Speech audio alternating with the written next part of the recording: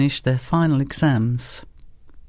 First, you have some time to look at questions 1 to 5.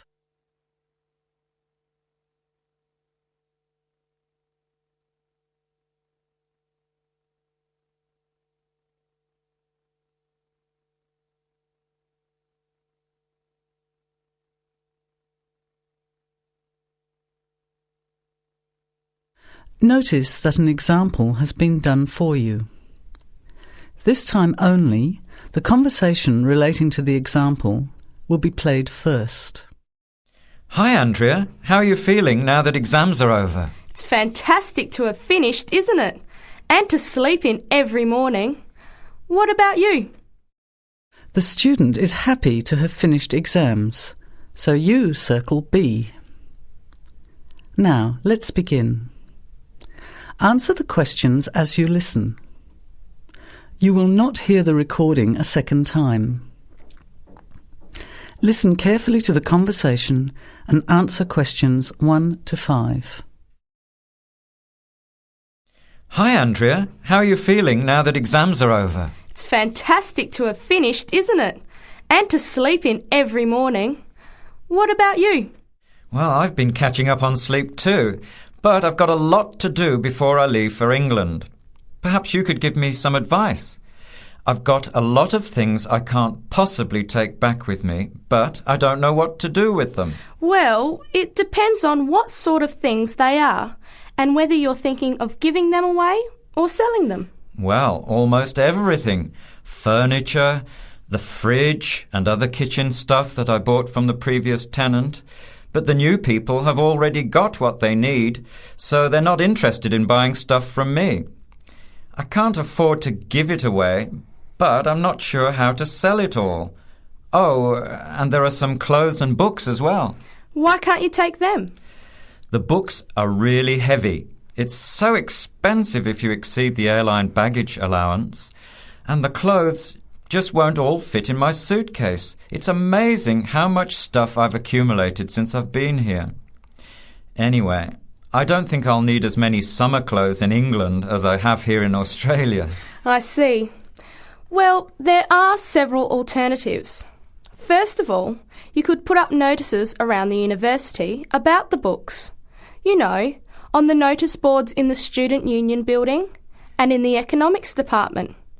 Anywhere second and third year students will see them. People are always keen to buy cheap textbooks. OK, what should I say on the notices? Just put the titles, authors and price you want, your name of course, and maybe put your phone number on those little tear-off tags. That's a good idea. And what about the furniture? You could try doing the same thing, but usually students are away all summer, so they don't want to buy furniture now. Another place to try might be a second-hand shop. Someone from the shop will usually come around and give you a free quote, and then you can decide. But you don't usually get much money for that sort of stuff.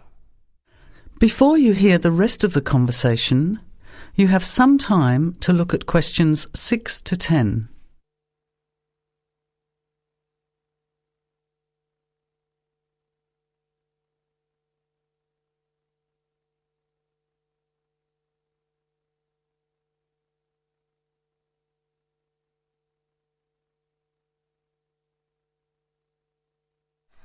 Another alternative is to put an advertisement in the Trading Post. Do you know that paper? It comes out every week advertising things people want to sell. You have to pay to put the advert in and then hope people phone. Give them as much information as possible, and if they're interested, invite them to come and have a look. The hard part is agreeing on a price. No, I haven't seen the Trading Post. But I should have a look at it, and I could advertise the fridge, the microwave and the furniture. But the kitchen stuff isn't really that good. You know, old cutlery, a few pots and pans and some plates and things. What shall I do with them? Well, another option is to donate the kitchen things to a charity shop. You know, like the Salvation Army or St. Vincent de Paul.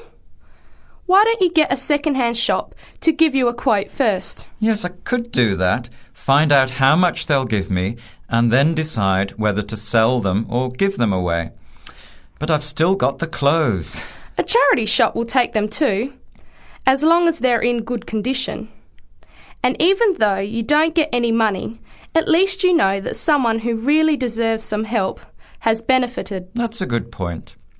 I'll advertise the expensive stuff, the furniture, and donate the clothes and kitchen stuff. Let's go and buy a trading post and you can help me write the advert. Well, actually, I'm interested in buying the fridge and the microwave, depending on the price, of course. OK, let's see how good you are at bargaining. That is the end of section 1. You have half a minute to check your answers.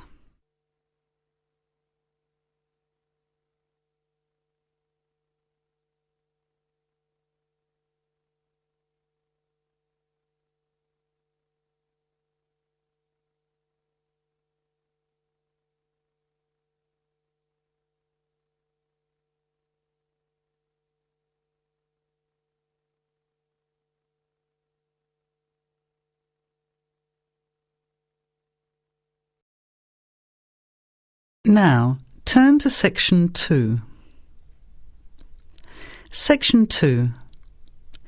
You will hear a phone conversation giving information about a health and fitness centre. Before you hear the talk, you have some time to look at questions 11 to 16.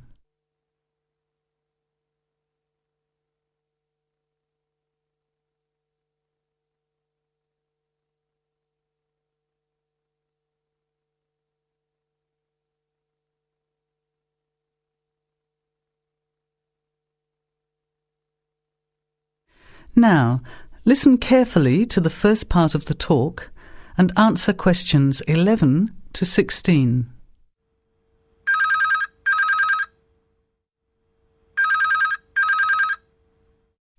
Hello? Hello, is that Miss Heidi Jones? Yes? Good morning, Miss Jones. I'd like to take a few minutes of your time to tell you about the Sevenoaks Health and Fitness Centre, which is in your suburb. Would that be convenient? OK. Well, the centre's not far from you. It's on the corner of Marion Street and Giles Street and has a large car park. It's open every day of the week, opening on weekdays at 6 a.m. and at 9 a.m. at the weekend. It closes at 9:30 p.m. Monday to Friday and on Saturday at 4 p.m. and Sunday at 2 p.m. We also have childcare Monday to Saturday from 9 in the morning until midday for a small extra charge, so you can leave your children in safe hands while you attend one of our classes, or perhaps have a swim, or if you just want to relax in the spa and sauna or steam room. Talking of classes, we have a very wide range which are designed to suit all different levels of fitness and individual needs. I mentioned the pool just now. Well, in addition to swimming laps or just relaxing, we also offer Aqua Aerobic classes, which are 45-minute classes that use the therapeutic effects of water. This provides a very safe and effective exercise and is suitable for all fitness levels, as well as being a lot of fun. Many people who haven't been exercising for a while start in the Aqua classes, as do people who need to take care after hospital surgery, for example. These classes are very popular and are scheduled every weekday, Monday to Friday, and on Saturday afternoon and Sunday morning.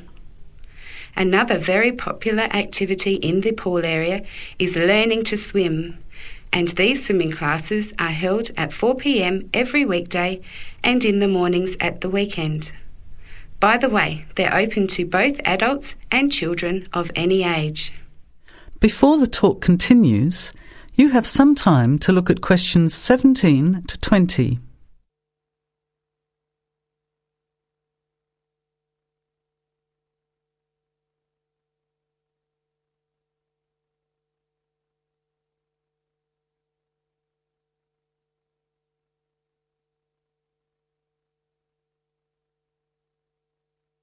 Now, as the talk continues, answer questions 17 to 20. Now, it would take too much of your time to tell you in detail about all our programs, as we have a very wide range of activities at different times. However, I'll just outline some of them. Our super circuit classes are extremely popular, and you get a good aerobic workout while toning your muscles. They're easy to learn, as you combine using hydraulic equipment with exercises guaranteed to give you a good cardio workout. The teachers are very good and there's a fun atmosphere. And the classes are very effective in assisting weight loss, relieving stress, lowering blood pressure and generally increasing fitness. Oh, and I haven't mentioned our range of aerobic and step classes of different types which suit all levels. Our specially designed aerobics room holds over 55 people, and our highly qualified and trained staff can advise you as to which class might suit you. We are inviting you to a free 1-week trial period when you can come and try any of the classes or activities before you make the decision to join. By the way, there is also a large and very well-equipped gym where we offer free fitness assessments, and you can have an individual program designed just for you. Also, the cardiovascular room has the latest range of machines which help you burn fat, increase your fitness, or just warm up. They're very popular, as you can forget all about the calorie burning by watching your favourite music videos on TV while you exercise. Right now, we have a very special new member joining fee offer, which allows 2 memberships for the price of 1, a real bargain. So if you can, bring along a friend who'd like to get fit as well in time for summer. Come along and try us out. You can meet the staff. Try out some of the classes for a week, absolutely free. And then, if you like us, sign up for only $110 each for 6 months.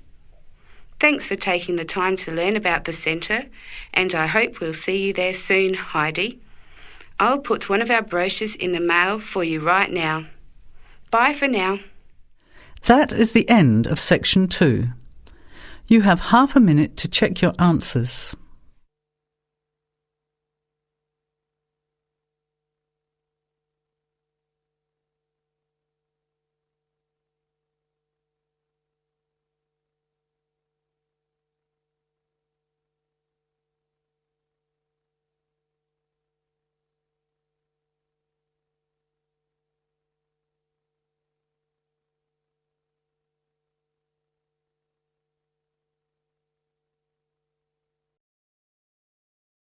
Now, turn to section 3.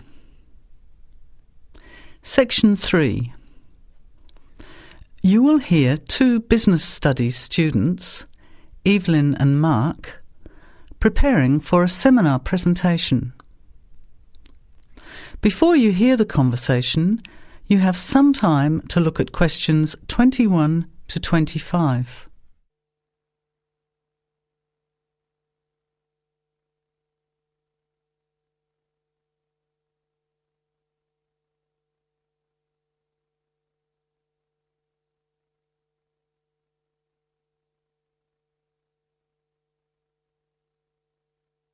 Well, I think the marketing of food would be a good topic. I read a very interesting article the other day about the Canadian food market. I suppose everybody's interested in food, even if it's trying not to eat. Why Canada? I know that's where you come from, but isn't it just all North America, really? No, that's why I thought this article was interesting.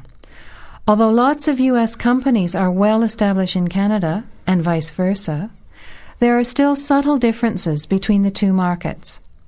It says here, the Canadian market is definitely not a northern clone of the U.S. I like that. And it says that if you understand these differences, it can have a big impact on successful food marketing. So I know that Canada has a big French-speaking population in Quebec, Is this what they're referring to? Not only French and English speakers, there are many different ethnic groups in Canada. It's really quite multicultural. For example, Toronto has large Asian and Italian populations, and Vancouver's got a large Asian population too. And because Canada's population is small, these groups make quite an impact, introducing new styles of cooking. So you can see lots of unfamiliar vegetables and things in the markets, and new restaurants are opening every day. It's great if you love trying out new foods, as many people do. Which kinds of food are becoming popular? Well, some Asian food, I'd say, has been popular for quite a while, like Chinese. But now, Southeast Asian restaurants are becoming very fashionable. Then there's Mediterranean, of course, such as Greek, Italian, and so on. But Caribbean and Mexican food is really taking off among young people these days. So are the supermarkets starting to stock the ingredients that are needed to prepare these foods at home? You know, all those unusual condiments and sauces. Yes, that's right. It's quite interesting going to the supermarket, isn't it? And noticing how they're introducing sections for foods of different nationalities. You can buy quite exotic products locally these days. The article mentioned that 80% of the Canadian retail market is controlled by 8 major national supermarket chains, so that when they introduce changes, they can happen quite rapidly. OK. Well, how are we going to organise this seminar then? I made some notes on the trends in the Canadian market, about changing tastes, and also patterns for where food is consumed. I thought maybe we could summarize it into a chart or table, and maybe use the overhead projector to present it.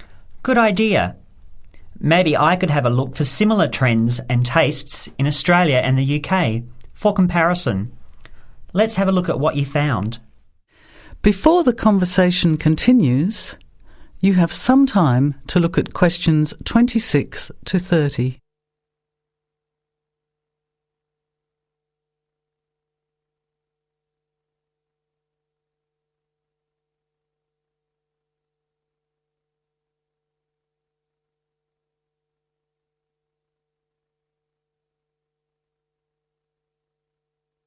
Now, as the conversation continues, answer questions 26 to 30. The most significant trend, it seemed to me, was that Canadians are definitely interested in healthy food.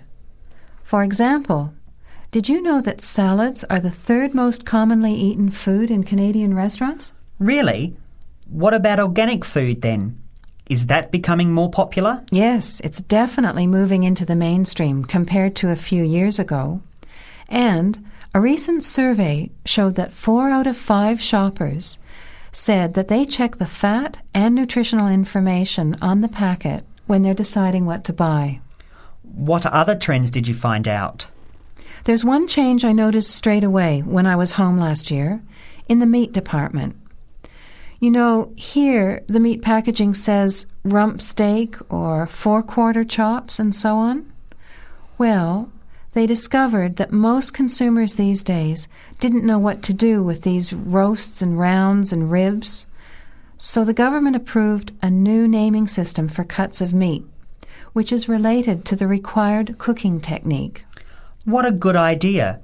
I've never really understood the difference between sirloin, rump, round and all those names. So how many new categories are there? 8. There are 3 kinds of steak, for grilling, for marinating, and for simmering. And then there's what they call quick-serve beef, for stir-fries, I suppose. And premium oven roast, pot roast, and stewing beef. It's a great idea, isn't it? I hope it catches on here. I agree. Any other trends that you thought were significant? Well, what's really interesting is what the article called mobile meals. In other words, more and more Canadians are eating meals away from home, but not just eating more junk food. They're projecting a 40% increase in snack food sales over the next 3 years, and the growth is coming from healthy snacks. You know, the ones that have less cholesterol and fat, such as muesli bars, health food bars, and those types of products. Apparently, in the food marketing jargon, they're called nutritious portable foods, which means healthy snacks. The other major trend is that young people are doing more of the food shopping these days, so marketing has to be aimed more at them, as well as more conventionally at the mother. Thanks, Evelyn. I think we'll have an interesting discussion about these trends and the comparisons with other English-speaking countries. I'll see if I can get some information about them to compare with yours, and meet you on Friday to put it together. See you then. Bye. That is the end of section 3. You have half a minute to check your answers.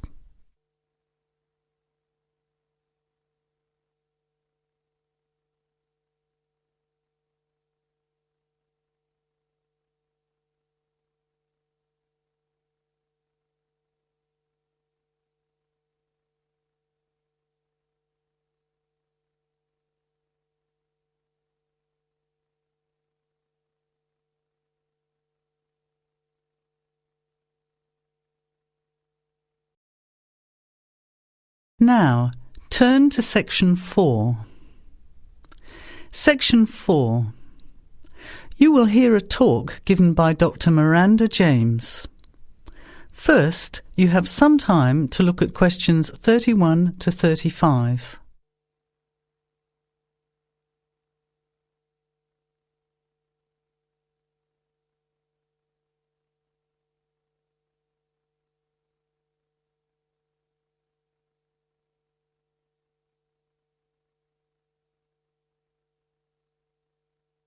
Now, listen carefully to the talk and answer questions 31 to 35.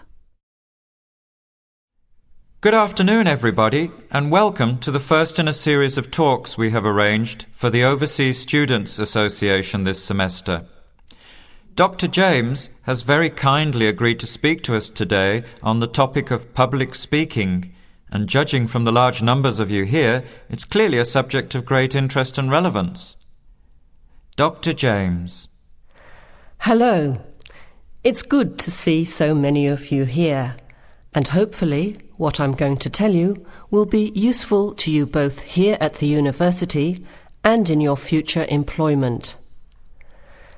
Many people avoid speaking publicly, by which I mean in front of, say, 10 or more people. Not because they lack the ability, but mainly because they lack confidence, which is really only due to lack of practice.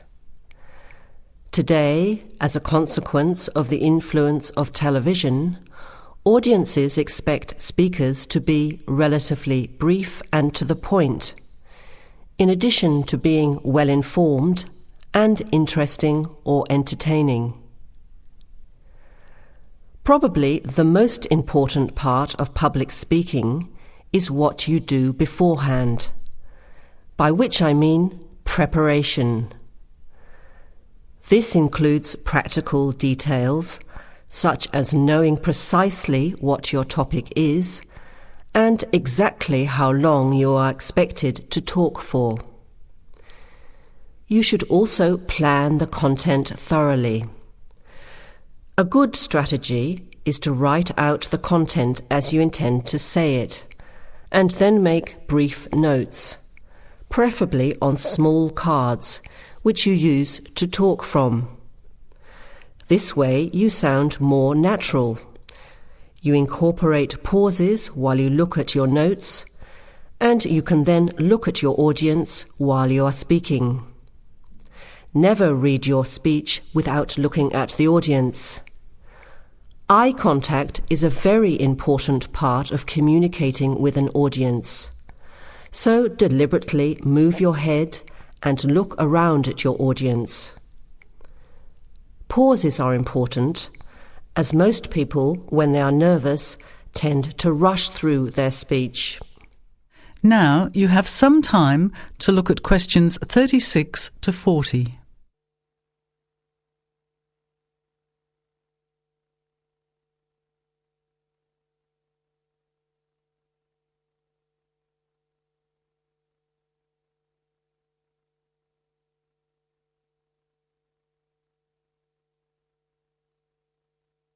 Now listen and answer questions 36 to 40. Practice speaking slowly. This gives you more time to pronounce your words correctly.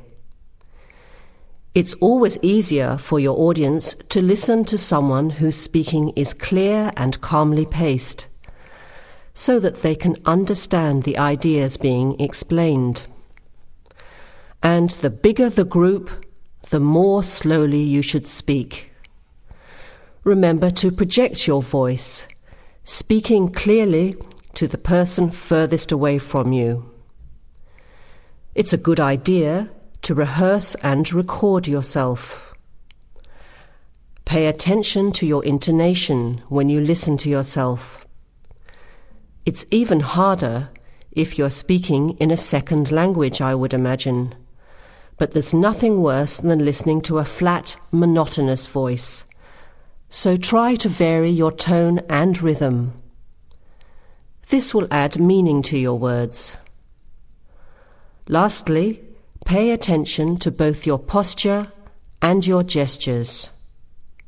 A confident person stands or sits in a small group with their head up, chin out, and shoulders back. Try to avoid scratching or fiddling with your hair or beard, or pens, jewellery, and so on. These movements can distract and irritate your audience. Yet you may be unaware of them yourself. Another reason for rehearsing, preferably with feedback from a friend, or better still, on video. I hope these few tips will make your experience of speaking in public a little easier. Remember, practice makes perfect. That is the end of section 4. You now have half a minute to check your answers.